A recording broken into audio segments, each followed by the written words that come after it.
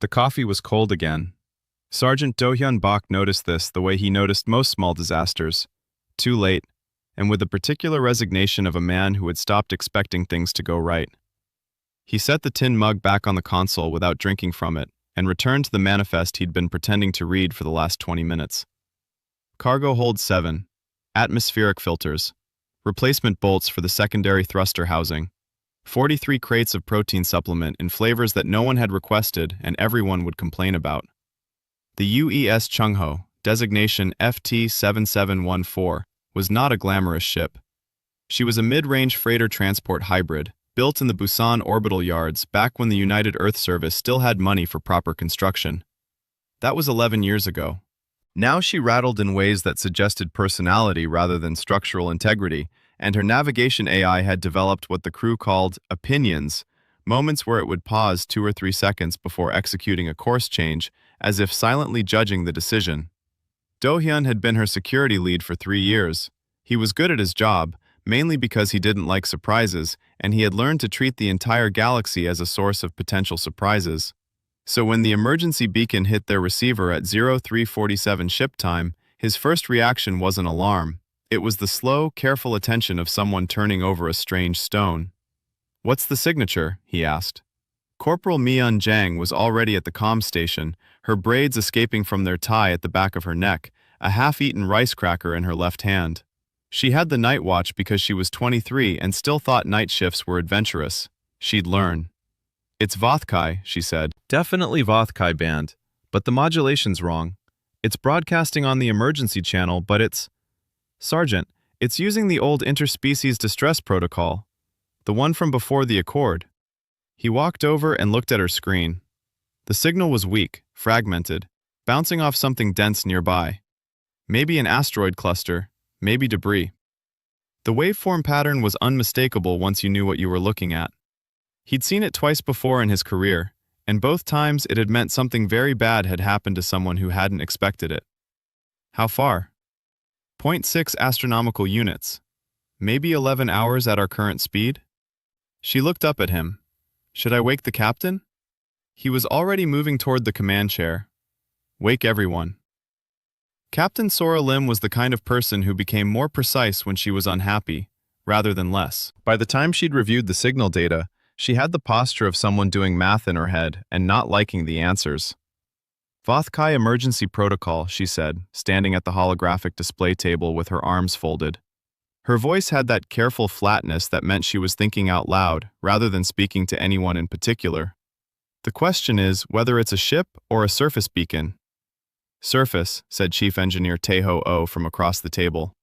He was a large man with enormous hands and a habit of solving problems by staring at them very hard until they gave up.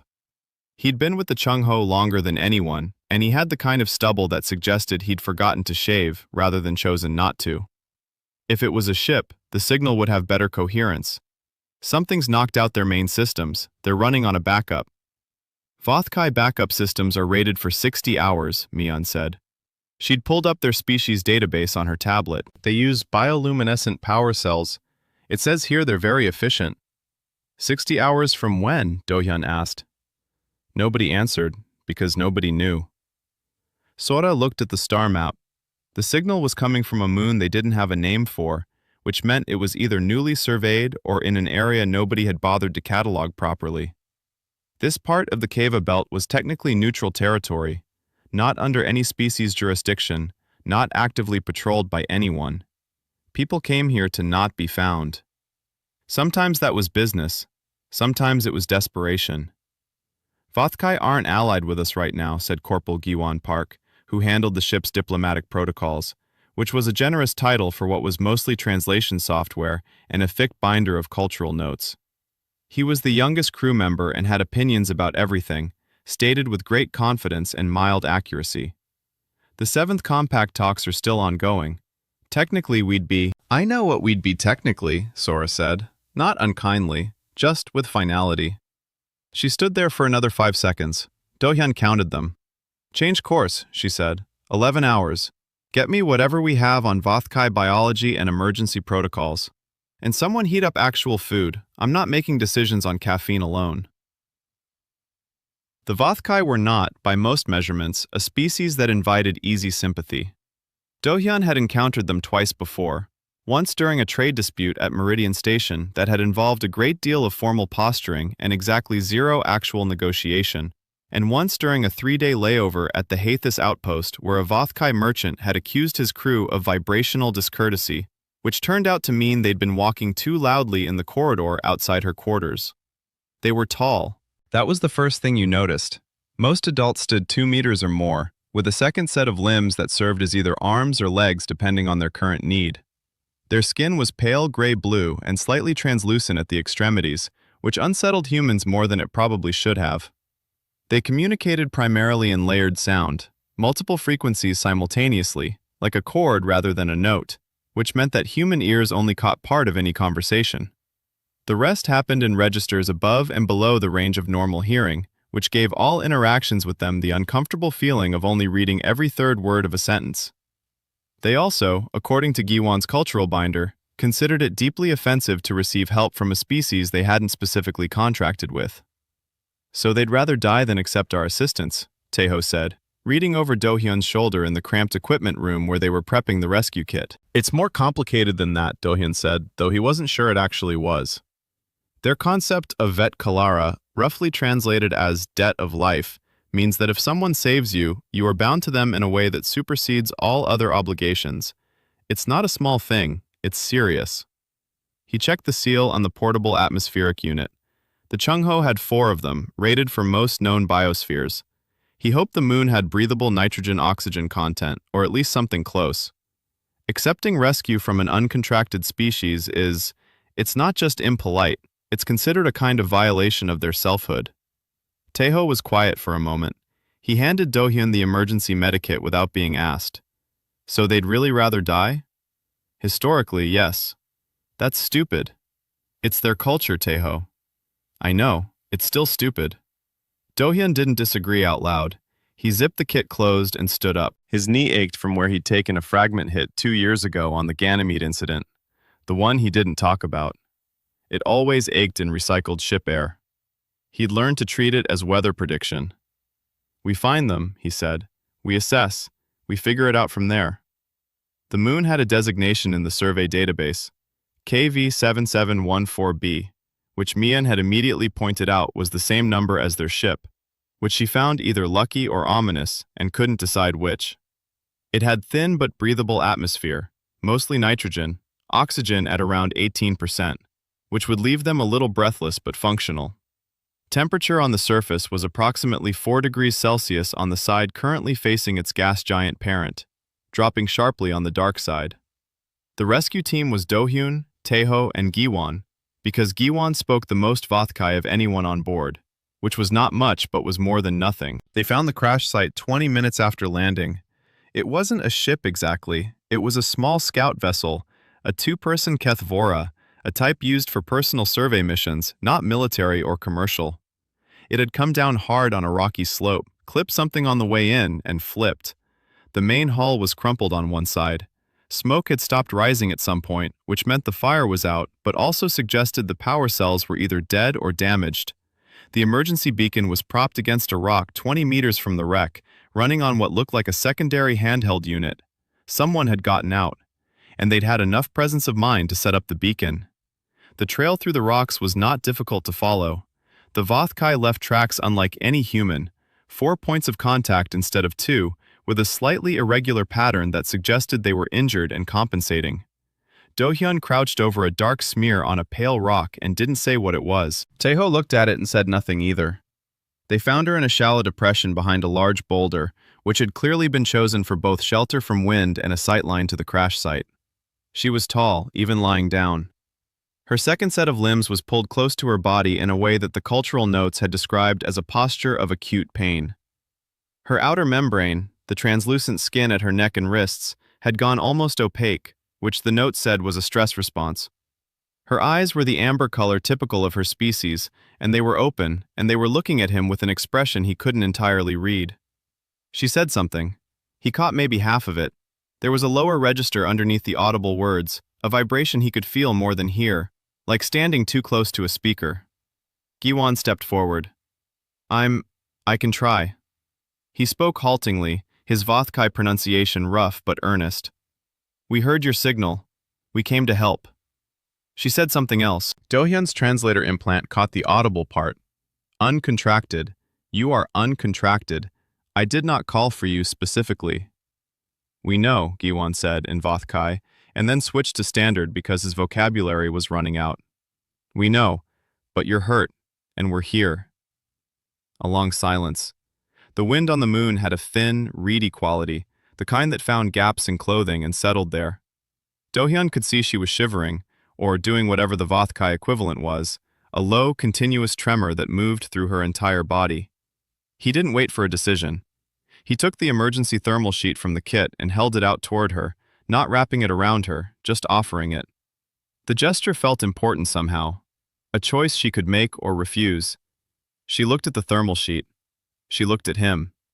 She reached out with one of her secondary hands, smaller than the primary ones, more dexterous, and took it. Her name, as best they could render it in a phonetic approximation, was Vane Shorith.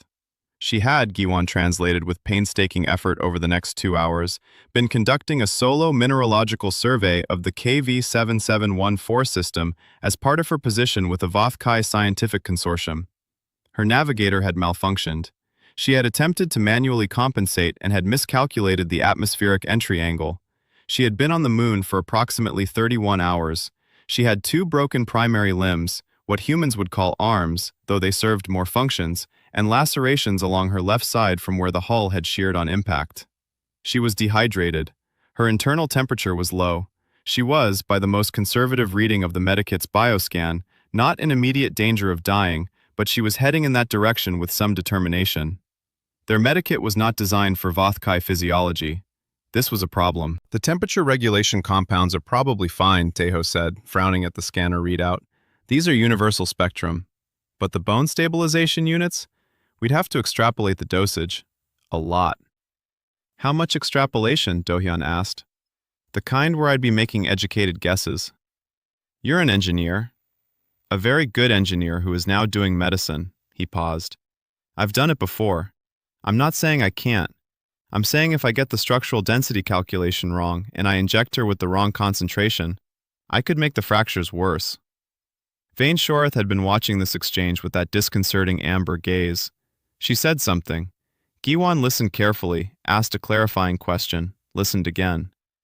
She says she understands the risk. She says... He stopped. His expression did something complicated. She says she has already accepted the debt of life by taking the thermal sheet. She says that by the laws of Veth Kalara, you are now obligated to act on her behalf, and she is obligated to receive that action. She says there's no point in being halfway about it. Dohyun looked at her. She looked back. There was something in her face that he suspected was wry. It was hard to be sure. All right, he said. Taeho, make the calculations. I'll hold the scanner. Getting her back to the ship took 3 hours and a great deal of improvised problem-solving, because the Vothkai skeletal structure was not designed to be moved by 2 humans and 1 very sincere corporal. Taeho built a sled from hull fragments and cable from the equipment pack, which was impressive and also slightly alarming. Vane Shorith bore the transport with what Dohyun was beginning to recognize as a form of stoicism: complete stillness, controlled breathing, the occasional low sound that wasn't quite a word. On the ship, Sora took one look at their patient and called their emergency medical contact at Meridian Station. The response came back in 40 minutes.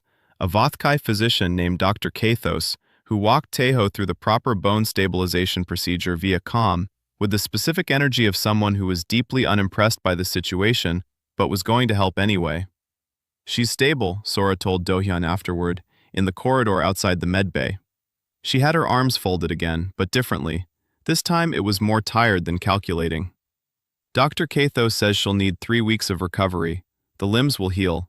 The lacerations are already closing. Apparently Vothkai have faster tissue regeneration than humans, so that part's fine. She looked at him. We're going to have a guest. I know. You could have called ahead, given me some warning. She was cold and bleeding on a rock. Sora sighed. The specific sigh of a captain who knew perfectly well that she would have made the same call, and was not entirely comfortable with that knowledge. 3 weeks, she said. Someone has to figure out what she eats. It turned out to be Do-hyun. Not by official assignment. It just happened the way things on a small ship tend to happen, by proximity and persistence. He'd been the one who pulled up the Vothkai dietary database, so he became the one who knew what she could eat. He'd been the one who brought her the first meal, so he became the one she expected to see. He'd been the one who sat with her on the second night when she couldn't sleep. Vothkai, he learned, had unusual sleep cycles, 6 hours of deep sleep followed by long periods of semi-wakefulness, and had talked to her through the translator because there was nothing else to do and silence felt rude. She was difficult, in the way that interesting things are difficult. She had opinions. She expressed them. She had a way of tilting her head when she was skeptical that Giwon said was probably the Vothkai equivalent of raising an eyebrow, and she deployed it frequently when Do-hyun said something she considered imprecise. "You said probably," she said to him on the 4th day. Her standard had improved dramatically. She'd apparently been studying. Her accent was unusual, the vowels slightly compressed, but she was comprehensible. When you speak of what you intended, you say probably, and I think, and maybe. Do you not know your own intentions?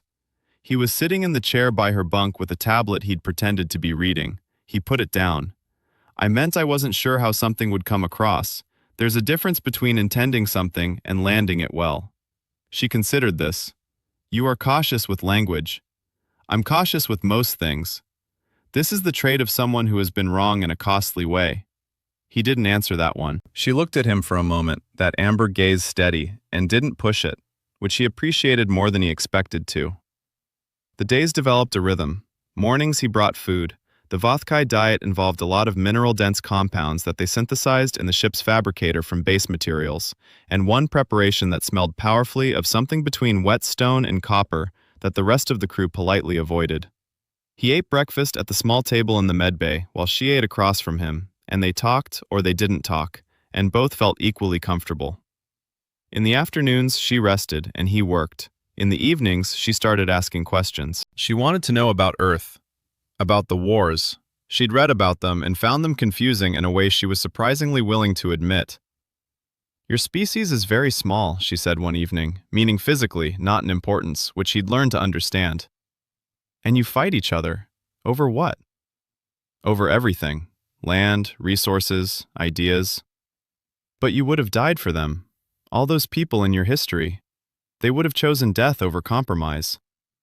"Sometimes, yeah." "And yet," she said, "you came for me. A stranger of another species with whom you have no compact. You came and you didn't ask me to justify myself first." He looked at her. "You were hurt. That is all?" He thought about it honestly, which was the thing she seemed to expect of him. "There's a thing humans do," he said. "I don't know if there's a word for it in Vothkai. It's not duty exactly, and it's not obligation. It's more like, when something can be helped, it feels wrong not to try, even when it's difficult, even when it doesn't benefit you. There's a kind of restlessness in leaving someone on a cold rock." Vainshoreth was quiet for a long time. The ship hummed around them, that familiar FT-7714 rattle that Do-hyun had long since stopped hearing as sound, and just felt as a kind of background presence. "In Vothkai," she said slowly, "there is a word, Sheth Vora. It means approximately the compulsion toward completion. When something is unfinished and the incompleteness causes pain." She paused. "We use it to describe creative work, mostly. The need to finish a composition. I did not expect to hear it described as a reason to rescue strangers. Is it the same thing?" She did the head tilt. "I think it might be," she said. "In a way I'm still considering."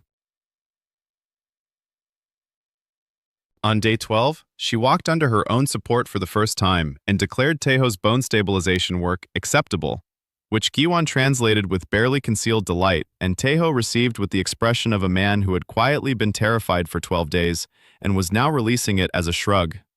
She explored the ship with careful deliberation, touching walls and door frames, taking in dimensions. Do-hyun walked with her because the corridors were narrow and it felt strange to follow behind.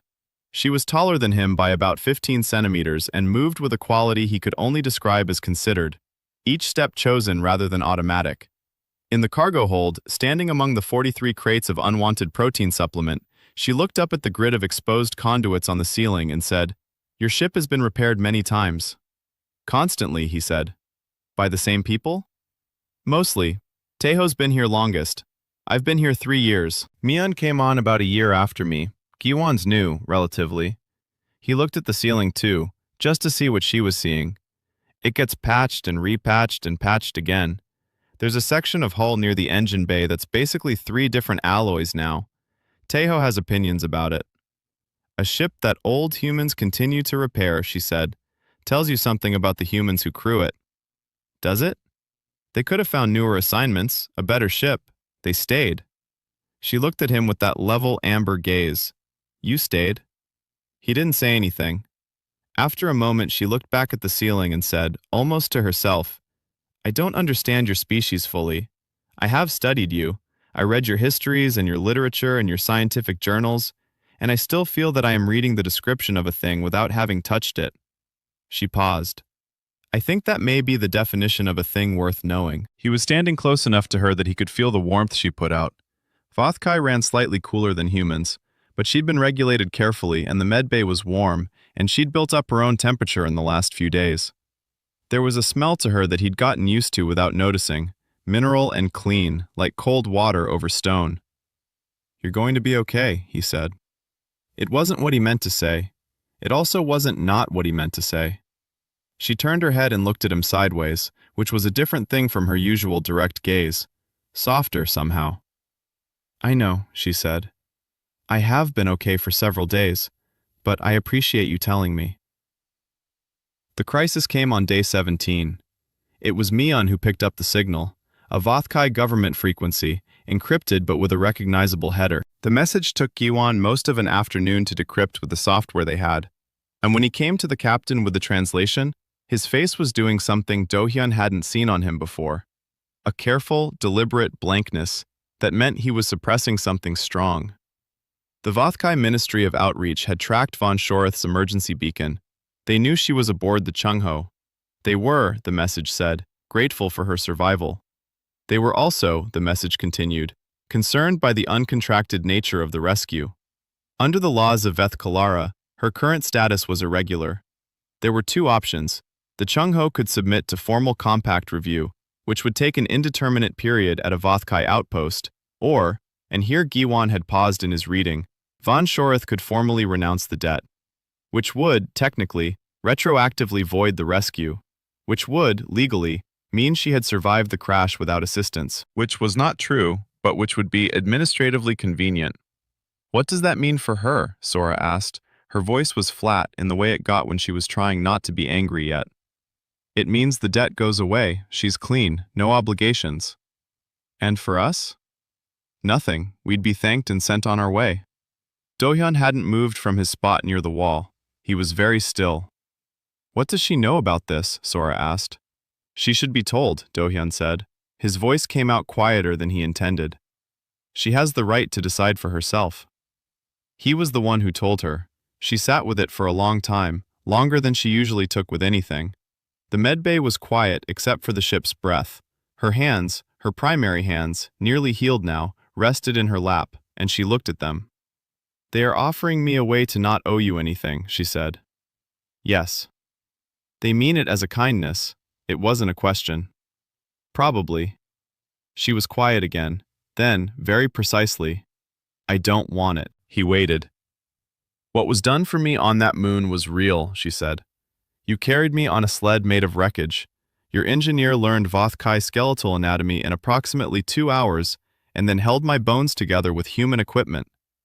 She looked up at him finally, and her expression had that quality he'd learned meant she was being completely honest, the slight thinness around her eyes that was the Vothkai equivalent of vulnerability. There is a word for Veth Kalara that most species don't learn because it sounds transactional. But the root of the word is not about debt. It is about being witnessed, being known as someone who required help and received it, being seen in that moment. Her voice stayed steady. "I don't want to erase being seen." He sat down on the chair across from her. His knee was aching. He'd forgotten to take the anti-inflammatory that morning. Small things. Life just kept being made of small things. Then I'll tell the captain to decline, he said. Yes, she looked at him. Do-hyun. It was the first time she'd used his name without the phonetic pause she usually put before it, the half-beat where she was clearly translating between registers. It came out clean and direct. He felt it somewhere behind his sternum, which was inconvenient and also true. Yes? The Veth Kalara, she said carefully. In practice, beyond its formal legal meaning, it binds two parties until the witness need has been answered by an equivalent gift. Not a matching gift, an equivalent one. She paused. It does not specify what form that gift must take. He looked at her for a long time. I'm not sure I know what I'm owed, he said finally. I know, she said. I think that may be the most human thing you've ever said to me. She did the head tilt, and there was something warm in it. I have time to help you figure it out. We have 6 more days before I'm expected to return. 6 days isn't very long. No, she agreed. But then there is after. I have a survey consortium. We travel. And your ship, from what I've seen of the manifest on your navigation console, takes routes that pass through the Cava Belt approximately 3 times per year. You looked at our navigation console? I was bored. I was also curious. She said this as if they were the same thing. I think they often are. He laughed. Quietly, surprised.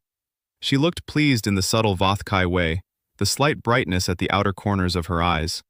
She had been studying human expressions. He'd caught her doing it twice with Giwon and once with Mion, and apparently she'd been cross-referencing the results.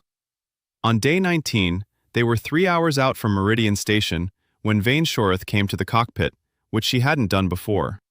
Sora was at the helm running quiet pre-approach calculations. Mion was on comms. The cockpit was not large, and a 2-meter Vothkai filled it considerably, but she moved carefully and fit herself into the space near the co-pilot seat without asking if she could sit, which Sora later said she'd respected. Sora Lim, she said. Sora looked up. Your crew did something that cost them nothing and cost them everything. They gave up time and safety and ease. They may receive formal complications because of the Veth Kalara question. They did not know any of this in advance, and they did it anyway.